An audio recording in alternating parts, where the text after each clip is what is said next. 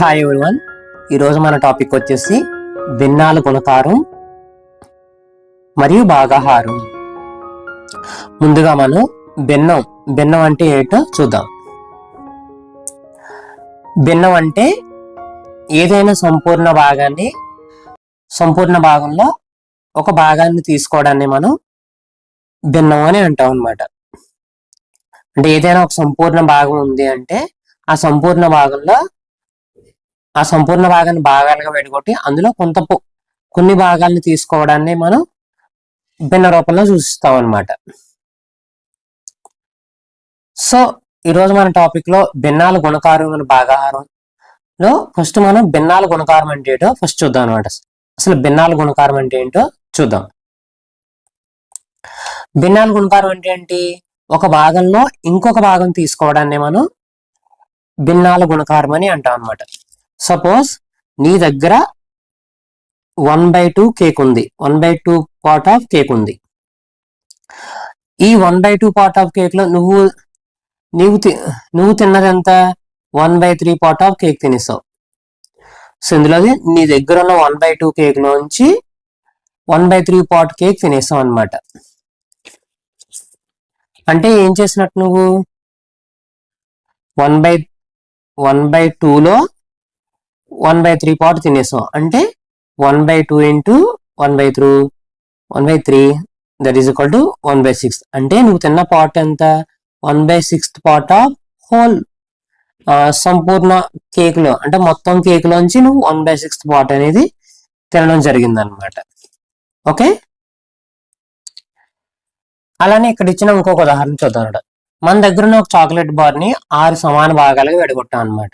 ఏం చేస్తాం? మన దగ్గర ఒక చాక్లెట్ బార్ ఉంటే దాన్ని 6 సమాన భాగాలుగా విడగొట్టి అందులోంచి ఎన్ని భాగాలు తీసుకున్నావు? నువ్వు 4 భాగాలు అనేది తీసుకున్నావు. సో దీన్ని భిన్న రూపంలో చూపించాలంటే ఎలా చూపిస్తాం? 4 తీసుకున్నట్టు 4 అనేది పైన వేసుకుని కింద 6 పార్ట్లుగా 4/6. ఇప్పుడు మరలా దీనిలో సగం తీసుకున్నావు, దీనిలో సగం తీసుకోవాలంటే దాన్ని ఎలా చూపిస్తాం? 4/6 into 1/2గా సూచిస్తాం అనమాట. సో దీన్ని ఎలా మనం గుణకారం చేయాలి అంటే, సో భిన్నాల గుణకారంలో లవాన్ని గుణకారించి అలాగే హారాలని గుణకారిస్తే సరిపోతుంది. అంటే 4 ఒకటిలో 4 into 1 4 6 into 2 అంటే ఏమవుతుంది? 4/12 అనేది అవుతుంది అనమాట. ఓకే, అంటే భిన్నాల గుణకారానికి రూల్ వచ్చేసి పై సంఖ్య ఇంటూ పై సంఖ్య అలాగే కింది సంఖ్య ఇంటూ కింది సంఖ్య. అంటే లవము ఇంటూ లవము బై హారము ఇంటూ హారము. Suppose a/b into c/d is equal to a into c/b into d. Okay, ఒక ఎగ్జాంపుల్ చూద్దాం. 6/5 ఇంటూ 7/9 is equal to లవము ఇంటూ లవము అంటే 6 into 7/5 into 9. That implies 6 7s are 43, 5 9s are 45. Sorry, 6 7s are 42. 42/5 9s are 45. అంటే ఇక్కడ ఏం చేస్తాం మనము? లవము ఇంటూ లవము చేసేసి హారం ఇంటూ హారము చేయడాన్ని మనం భిన్నాల గుణకారం అని అంటాం అనమాట. దీనికి రూల్ ఏంటి?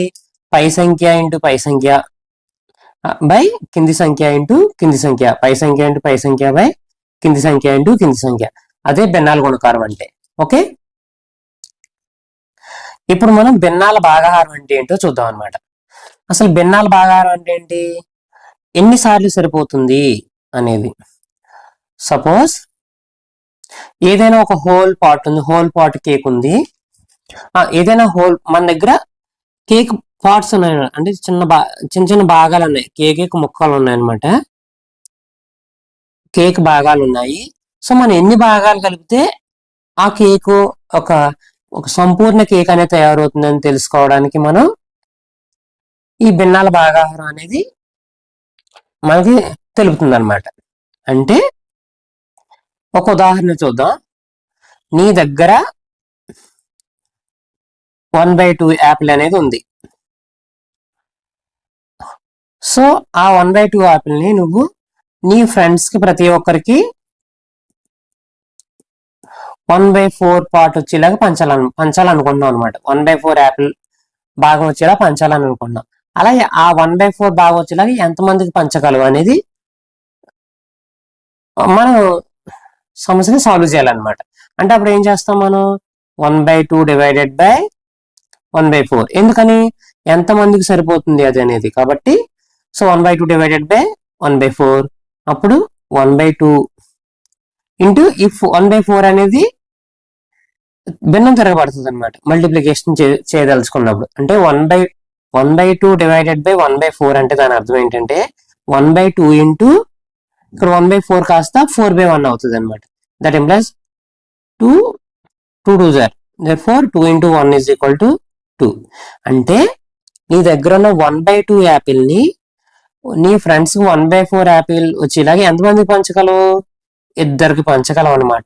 సో ఇద్దరు స్నేహితులకి 1/4 ఇవ్వగలవు అనమాట. సో ఈ విధంగా చేయడానికి మనకి భిన్నాల భాగాహారం అనేది మనకి ఉపయోగపడుతుంది అనమాట. ఓకే, అంటే భిన్నాల భాగాహారానికి వచ్చేసరికి రూల్ ఏంటంటే a/b డివైడెడ్ బై c/d. అంటే దీన్ని ఎలా సాల్వ్ చేయాలి మనం? a/b ఇంటూ దీన్ని భిన్నం తిరగబడుతుంది అంటే d/c. ఇక్కడ భాగిస్తుంది కాబట్టి c/d. గుణకారించాలనుకుంటే కనుక c/d కాస్త భిన్నం తిరగబడి d/c కింద మారుతుంది అనమాట. That implies a into d by b into c. So ఇదే భిన్నాల భాగాహారం అంటే. ఒక ఉదాహరణ చూద్దాం. 4/6 డివైడెడ్ బై 2/3. సో దీన్ని ఎలా సాల్వ్ చేయాలి? 4/6 అనేది యాస్టిస్ గా రాసుకుని ఇంటూ ఈ 2/3 కాస్త 3/2 కింద మారుతుంది అనమాట. 2 2s 4, 3 2s 6. So 2 1s 1, therefore 1. So ఈ విధంగా మనం భిన్నాల భాగాహారం అనేది చేయాలన్నమాట. అంటే a/b డివైడెడ్ బై c/d అంటే a/b ఇంటూ d/c అని అర్థం అనమాట. ఓకే, అలాగే భిన్నాల గుణకారంలో ఏం చేస్తాం మనం? భిన్నాల గుణకారంలో ఏం చేస్తామంటే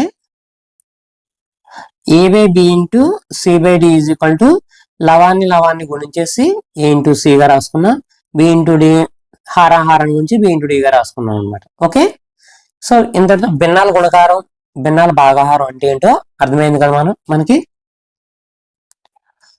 ఇప్పుడు మనం ఈ భిన్నాల గుణకారానికి భాగాహారానికి మధ్య ఉన్న ఒక తేడా చూద్దాం, కంపారిజన్ చూద్దాం ఒకసారి. సో భిన్నాల గుణకారం అంటే ఏంటి? ఒక భాగంలో ఇంకొక భాగాన్ని తీసుకోవడం మనం భిన్నాల గుణకారం అంటాం. అలాగే భిన్నాల భాగాహారం అంటే ఏదైనా సంపూర్ణ భాగం అవ్వడానికి ఎన్ని భాగాలు అందులో పెట్టాలి మనం, అంటే ఎన్నిసార్లు మనం భాగాలు పెడితే అది హోల్ పార్ట్ సరిపోతుంది అనేదాన్ని మనకి భిన్నాల భాగాహారం అని తెలుపుతుంది అనమాట. ఈ భిన్నాల గుణకారం అనేది చేసిన తర్వాత చివరి ఫలితం అనేది చాలా చిన్నగా ఉంటుంది అన్నమాట. ఫలితం చిన్నగా వస్తుంది, చిన్న వాల్యూ వస్తుంది. అలాగే భాగాహారం చేస్తే మనకి ఆ ఫలితం అనేది పెద్ద వాల్యూ అనేది రావడం జరుగుతుంది అనమాట. ఓకే, ఇప్పుడు మనం ఈ భిన్నాల గుణకారం అనేది మన నిజ జీవితంలో ఎలా ఉపయోగపడుతుందో చూద్దాం. మనం వంటగదిలోనే కొన్ని ఏదైనా రెసిపీలు తయారు చేయడానికి కూడా మనకి భిన్నాల గుణకారం అనేది మనకు ఉపయోగపడుతుంది అనమాట. అది ఎలాగంటే నువ్వు ఏదైనా ఒక స్వీట్ రెసిపీ తయారు చేయాలని అనుకుంటున్నావు అనమాట. ఆ స్వీట్ తయారు చేయడానికి నీకు 3/4 కప్పుల షుగర్ అనేది అవసరం అవుతుంది అనుకుందాం.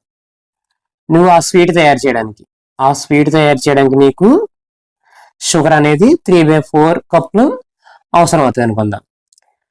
కానీ నీకు అవసరమయ్యే దాంట్లో నీకు ఎంతైతే షుగర్ అవసరం అవుతుందో అందులో నీ దగ్గర ఉన్నది ఎంత? 1/2 మాత్రమే ఉందన్నమాట. 1/2 కప్ అంటే నీకు ఎంత అయితే అవసరం అవుతుందో అందులో 1/2 కప్ అంటే అందులో సగం మాత్రమే నీ దగ్గర ఉందన్నమాట. సో ఇంకా మనకి ఎంత షుగర్ అవసరం అవుతుంది అంటే దీన్ని ఎలా చేస్తాం మనం? 3/4 into 1/2.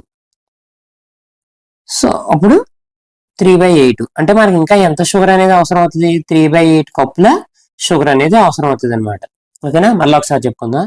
నువ్వు ఒక స్వీట్ తయారు చేయాలనుకున్నావు. సో ఆ స్వీట్ తయారీకి నీకు 3/4 కప్పుల షుగర్ అనేది అవసరం అవుతుంది. కానీ నీ దగ్గర ఎంత ఉంది? ఆ 3/4 లో 1/2 హాఫ్ ఉంది. ఆ 3/4 లో హాఫ్ కప్పు నీ దగ్గర ఉంది. సో ఇంకా ఎంత కావాలి నీకు? ఇంకొక హాఫ్ కావాలి. అంటే అప్పుడు ఆ ఇంకొక హాఫ్ అది ఎలా వస్తుంది? ఇంకో హాఫ్ ఎంత అనేది మనకు ఎలా తెలుస్తుంది అంటే 3/4 ఇంటూ 1/2 చేసినట్లయితే మనకు 3/8 అనే ఆన్సర్ రావడం జరుగుతుంది. అంటే మనకు 3/8 కప్పుల షుగర్ అనేది ఇంకా కావాలి మనకి. సో ఇలాంటి సందర్భంలో కూడా మనకి ఈ భిన్నాల గుణకారం అనేది ఉపయోగపడడం జరుగుతుంది అనమాట. ఓకే, అలానే భిన్నాల గుణకారం సంబంధించి ఇంకొక ఉదాహరణ చూద్దాం. నీ దగ్గర ఒక ఫ్లాగ్ థ్రెడ్ ఉంది. ఎంత ఉంది? 3/4 మీటర్ల ఫ్లాగ్ థ్రెడ్ ఉంది. సో దీంట్లో నువ్వు 1/2 పార్ట్ అనేది కట్ చేసావు అనమాట. ఎంత కట్ చేసావు? 1/2 పార్ట్ కట్ చేసావు. సో 1/2 పార్ట్ అంటే ఎంత? అది ఆ పార్ట్ అనేది ఎంత పార్ట్ కట్ చేసావు అనేది తెలియాలంటే మనకి 3/4 into 1/2 that is equal to 3/8 అనమాట. అసలు నువ్వు కట్ చేసిన దారం యొక్క పొడవు ఎంత? 3/8 అనమాట. 3/8 మీటర్స్ అనమాట.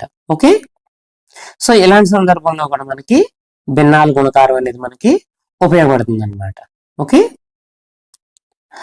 అలానే నెక్స్ట్ పంచుకోవడానికి మనకి భిన్నాల భాగాహారం అనేది మనకి ఉపయోగపడుతుంది అనమాట. భిన్నాల భాగాహారం.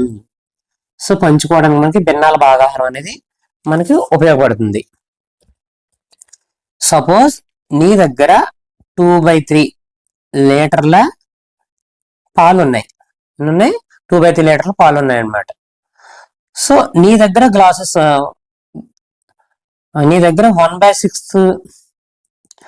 లీటర్లు పట్టే గ్లాస్ కూడా ఉందన్నమాట. ఒక గ్లాస్ కూడా ఉందన్నమాట. మళ్ళొకసారి, నీ దగ్గర 2/3 లీటర్ల పాలు అనేవి ఉన్నాయి అన్నమాట. 2/3 లీటర్ల మిల్క్ ఉన్నాయి. సో నీకు ఇప్పుడు ఏంటి? 1/6 లీటర్లు పట్టే గ్లాసులు ఎన్ని అవసరం అవుతాయి? నీ దగ్గర ఉన్న మొత్తం పాలు అందరికి సర్వ్ చేయడానికి 1/6 ఒక్కో గ్లాసులు ఎన్ని పట్టాలి? 1/6 లీటర్లు పట్టాలి పాలు. సో అలా పట్టేలాగా ఎన్ని గ్లాసులు నీకు కావాలి అనేది మనకు తెలియాలంటే ఏం చేయాలి? 2/3 డివైడెడ్ బై 1/6 చేయాలన్నమాట. సో ఎలా చేస్తాం? 2/3 into 6/1. So 3 2s are 6. therefore 2 into 2 is equal to 4. అంటే నీకు 4 గ్లాసులు అనేవి అవసరం అవుతాయి అనమాట. అంటే అలాగా నీ దగ్గర ఉన్న 2/3 లీటర్ల పాలు 1/6 లీటర్ల గ్లాస్ ఆ క్వాంటిటీ పట్టేలాగా సర్వ్ చేయడానికి నీకు 4 గ్లాసులు అనేవి అవసరం అవుతాయి అన్నమాట. ఓకే,